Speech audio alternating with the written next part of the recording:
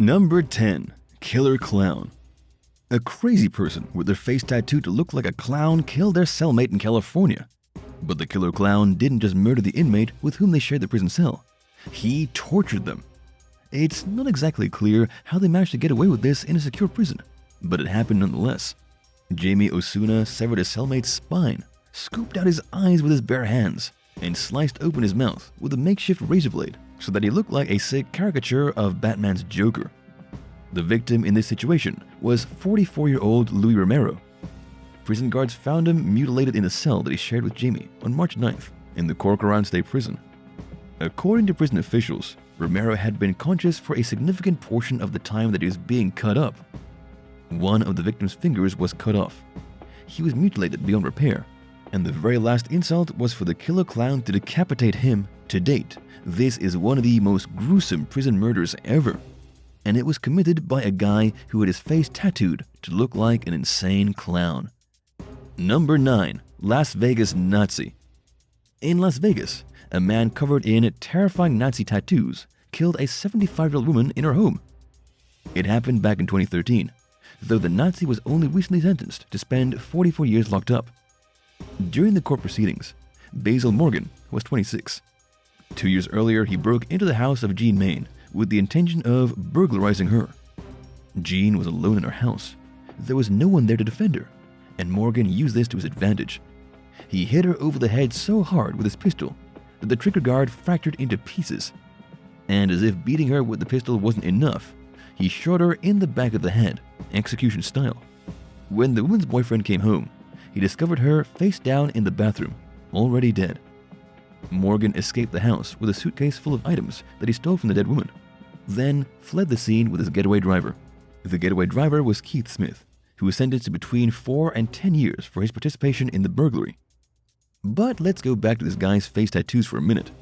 Morgan has spent his entire life as a ward of the state. As a young child, he was either under the protection of Child Protective Services or locked in a jail cell. As he grew older, he became more and more radicalized. As of now, he has some pretty horrendous tattoos on his face, including a swastika under his left eye, the words "Baby Nazi" on his neck, and a pair of white supremacist tattoos right over his eyebrows. Number 8. Snack Shack Attack. In Oregon, a man was facing multiple charges after he fled from police and went into a grocery store. It happened in Portland, with the first responders being transit police officers. They had received a phone call about a man who broke into the snack shack. He ran away when he saw the officers coming. They chased him. He went into the grocery store, and then he cornered himself in the back stockroom. There was only one way in and one way out. But when the officers tried to take this individual into custody, he put his hands under his jacket and said he was going to shoot them if they didn't get out of his way. Luckily, the officers called his bluff. He didn't have a weapon at all. They got him into custody and locked him up in the Multnomah County Detention Center. He was identified as Matthew Joseph Medlin, and it wasn't his first time having a run-in with the law. In 2014, he was taken into custody after he escaped from prison, which he had initially been in for sexual abuse, assault, and burglary. And once he got out in 2016, he was arrested yet again when police found him living in a dumpster. A few months later, he was arrested another time for trying to bite a police officer and for licking a man's face. What the heck? Speaking of faces, this guy has a terrifying facial tattoo. He's not the kind of guy that officers can forget.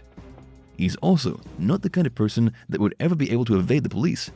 He has what look like bat wings tattooed over his eyebrows, along with a bunch of other strange ink that nobody can make much sense of. Much of his face is tattooed in shades of red and purple, and he even has a purple mohawk. It's a wonder he ever escaped from jail in the first place. Number 7. The I-5 Strangler.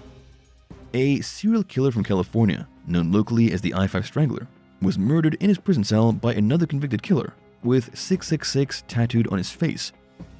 Between 1977 and 1987, Roger Kibb went on a murderous rampage. This was back when murderers didn't have face tattoos and could blend in with everybody else. He was finally caught and convicted, charged with the killings of at least 7 different women and girls. Naturally, he got life in prison. Roger was 81 years old when karma finally caught up with him in its truest form. He was discovered unconscious in his cell at the Mule Creek State Prison. After they took him to the medical center, he quickly passed away. As it turned out, his inmate, convicted killer Jason Boudreaux, was the one behind the homicide. Jason was in prison for second-degree murder, from strangling his girlfriend to death in 2011. Well, the girlfriend wouldn't be Jason's last. He also strangled the I-5 Strangler to death in a bizarre case of irony. When asked why he strangled the Strangler, Jason said it started as a sneaky plan to get his cell back so that he had more privacy. But by the time the killing was done, Jason said he felt happy to have avenged all those girls that the I-5 Strangler murdered over 30 years ago. The man with the 666 tattoo on his face gave those girls the justice that the justice system never could. The only question now is who will give justice to the girlfriend Jason strangled to get into prison in the first place. Number 6. Guilty Inc. William Bottoms Jr. was found guilty of the double murders in 2017 of Dedrick Dwayne Williams and Mohammed Seed Hussein. But before the case even went to court, his lawyers feared that the jury would condemn him regardless of his innocence, based purely on his face. The reason for this is that William is covered in weird tattoos, from the top of his bald head down to his neck. None of them are particularly offensive, but the fact that his entire face is covered in ink really worried the lawyers. To put it lightly, he looks like the kind of guy that would stab you and rob you in a dark alley at night. In the end, William was probably guilty of the murders anyway. He had spent most of his life in and out of prison, usually for petty crimes, but this time he committed grisly slayings. He became paranoid while taking too many drugs in June of 2017 and gunned down the 2 victims without mercy.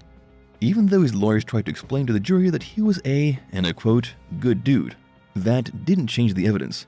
He had definitely done the killings, so it didn't matter that he had devil horns tattooed on his face. He is a killer, with or without the ink. Do you think William would have had a better chance in court had he not had his face tattooed? Let us know your thoughts in the comments below. And if you're liking this video, be sure to hit the thumbs up and subscribe buttons if you haven't already. Number 5. Charlie Manson's ashes. A man with a sick obsession with Charles Manson has gotten himself a tattoo with the dead cult leader's ashes. How exactly this happened is a long and very confusing story. We should start with Charles Manson, the maniac leader of the Manson family cult that killed 7 people in the 1960s, including the famous actress Sharon Tate.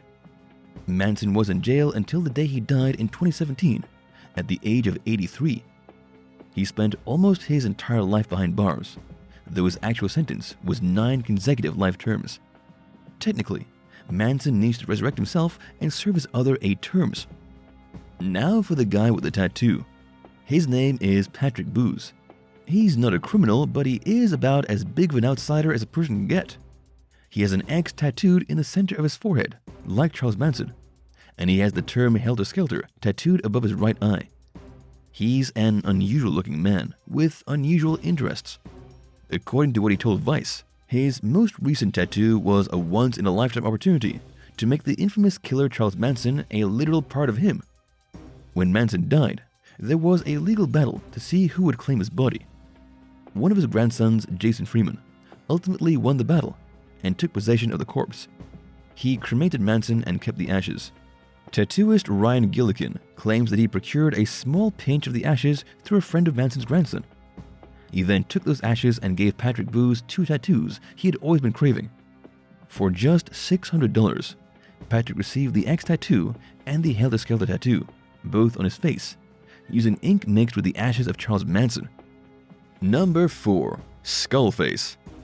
A fugitive with his face tattooed to look like a skull managed to hide for nearly a month after he escaped prison. His name is Corey Hughes, 27 years old. He was arrested in California almost 30 days after he walked off a work crew and vanished. Well, he didn't walk away. He ran for dear life, managing to avoid the police officers and disappear for weeks.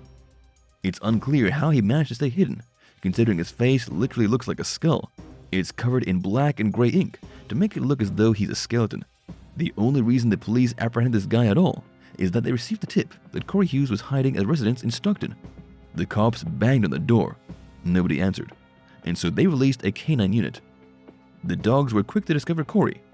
The cops took him back to jail, and that was it for the man with the skull face. The sheriff's office even wrote on the Facebook page, "Escapee Corey Hughes is home for the holidays." And by home, they meant the San Joaquin County Jail. Number 3. Murder. In northern Colorado, a 19-year-old named Leonardo Biarato confessed to the brutal shooting of Edward Joseph Boyle Jr. He was sentenced to 32 years in prison for the murder, which happened back in 2018. When arrested, Leonardo had a sort of confession freshly tattooed over his left eyebrow. It was a single word: murder. And while this obviously doesn't count as a real confession, it was pretty obvious that he had gotten the tattoo as a sort of tribute to the murder he had just committed. What a guy. What's really crazy is that it took the police 5 months to arrest Leonardo for his crime. This is despite the fact that witnesses heard the two men fighting, heard a gunshot, and then Boyle was discovered dead. The tattooed murderer went on the run and managed to evade the authorities for nearly half a year before they caught him and put him away for good. Number 2.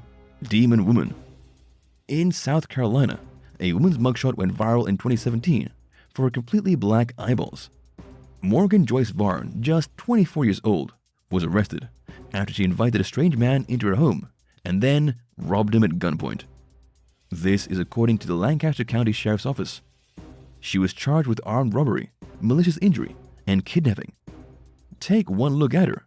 You can tell she's had a pretty rough life. Her black eyeballs just make that much worse. According to every single person who's seen the mugshots, she looks like a demon woman. However, the police never did come forward and say whether her eyes were the results of tattoos directly on her eyeballs, or if she had simply been wearing contact lenses.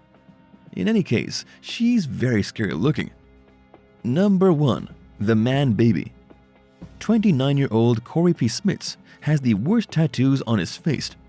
But it's not just his ugly facial tattoos that make Corey interesting. It's the fact that he looks both like a 50-year-old man and a baby at the same time. He seems to be missing a lot of his hair, but it's hard to tell if that's because it hasn't grown in yet or because it's already fallen out. He's also been arrested multiple times for drinking and driving. His most recent offense saw him 3 times over the legal limit. It was the 5th time he got a DUI in Two Rivers, Wisconsin. It makes you wonder how he is still able to drive. It's honestly not even clear what his face tattoos are. He has dots along his eyebrows and what appear to be alligators over those, but we could be mistaken. According to court documents, Corey's 5th DUI saw him put on probation. He was also ordered to undergo intoxicated driver assessment, to submit random urine tests, to spend 10 months in jail, and to pay nearly $4,000 in fines. But seeing as this was the baby man's 5th offense, he's probably just going to do it again anyway. Which of these tattoos do you think is just the worst? Let us know your thoughts in the comments, and don't be shy. Remember to hit subscribe if you liked the video, and come back soon for more awesome content from the channel. Thanks for watching, and see you next time.